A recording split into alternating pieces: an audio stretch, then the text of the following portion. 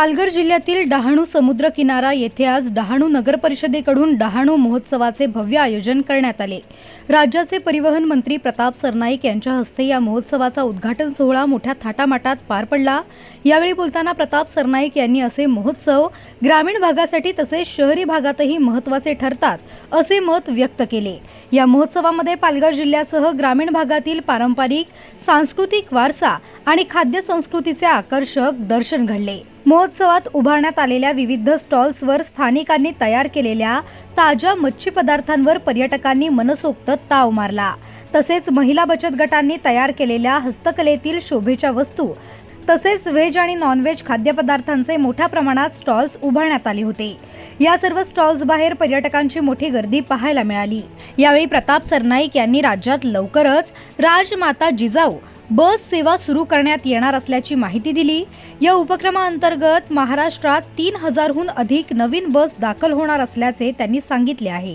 अतिशय निसर्गरम्य परिसरामध्ये हा डहाणू फेस्टिवलचं आयोजन करण्यात आलं। मी आयोजक ह्या नात्याने त्यांचं खरोखर मनापासून कौतुक करतो, अभिनंदन करतो। अतिशय चांगल्या प्रकारचे स्टॉल त्या ठिकाणी ठेवलेले आहे। शिवरायांच्या माध्यमातून जास्तीत जास्त जे पुढे हत्यारं वापरली जायची, अवजारं वापरली जायची त्याची माहिती सुद्धा त्या ठिकाणी दिली। अनेक राज्यातले वेगवेगळ्या जिल्ह्यातले जे काही खाद्यपदार्थ आहे किंवा कपडे आहेत त्याचा सुद्धा स्टॉल्स ठेवलेले आहेत। म्हणजे 3 दिवस चालणारा हा फेस्टिवल फार मोठ्या प्रमाणामध्ये त्यांनी आयोजन केलेलं आहे आणि निश्चितपणे हे कौतुकास्पद बाब आहे। ग्रामीण भागात असे फेस्टिवल किती महत्त्वाचे आहेत? ग्रामीण भागामध्ये, शहरी भागामध्ये हे फेस्टिवल महत्त्वाचे आहे, कारण सर्वसामान्य लोक जे असतात ते आकर्षित होत असतात आणि त्या माध्यमातून एक उद्योजक निर्माण होत असतात। उद्योजकांचं जे साहित्य असतं त्या ठिकाणी लोकांपर्यंत पोहोचतं आणि त्याला जास्तीत जास्त लोकांचा प्रतिसाद दिसतो। त्यामुळे ग्रामीण भागामध्ये, शहरी भागामध्ये हे फेस्टिवल सातत्याने व्हायला हवे। राजमाता जिजाऊच्या नावाने आपण बस सेवा सुरू करणार। दिनांक 24 तारखेला माननीय मुख्यमंत्री आणि दोन्ही उपमुख्यमंत्र्यांच्या हस्ते राज्यामध्ये 3000 बसेस टाटाच्या माध्यमातून